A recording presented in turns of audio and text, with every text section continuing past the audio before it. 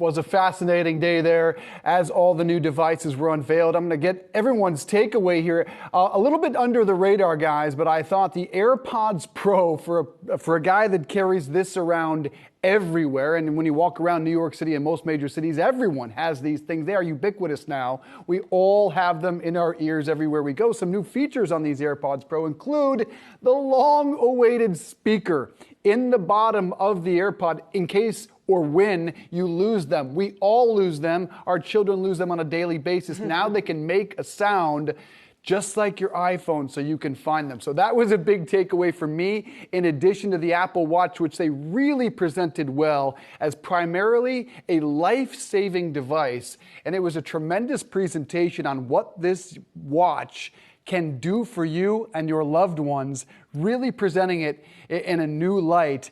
And down the road, you know, it's all about services for Apple. Apple Fitness Plus is something to keep your eye on for all the fitness buffs out there. That's going to be free with your iPhones. I think that's going to be a huge advancement down the road. Rochelle?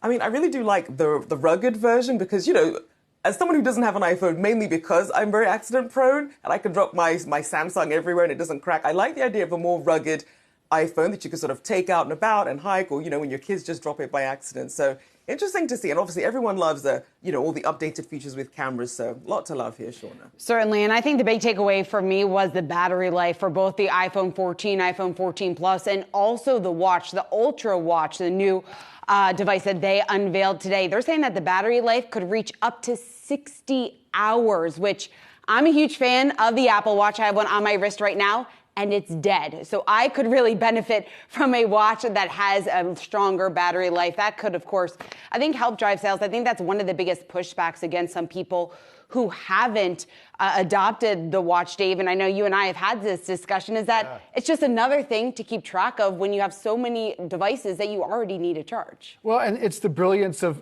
initially Steve Jobs and Tim Cook. It's just this ecosphere that we are so connected to. They continue to widen it and continue to tap into our bloodstream, so we can't escape the Apple ecosystem. And that's just a reminder today. Back on the phones, the low light feature of the camera is something that really appeals to people, in addition to a full day's battery life. I don't think there was an evolutionary game changer for the phone, but I understand you'll be getting a new one. I will be getting a new one. Also, full disclosure, I haven't gotten one since the 10, so I am long overdue for one. So I'm very excited. I don't know which model that